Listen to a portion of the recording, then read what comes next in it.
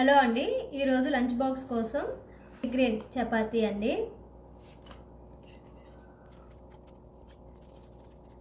ఇంకొక బాక్స్ కోసం వంకాయ కర్రీ అండి. అత్తి రసాలండి ఇంకొక బాక్స్కి. ఇంకొక బాక్స్ కోసం దోసపండు అండి.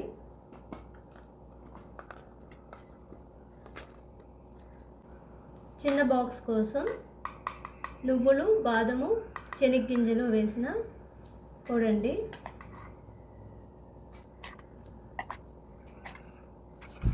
అంతే అండి ఈరోజు లంచ్ బాక్స్ కోసం.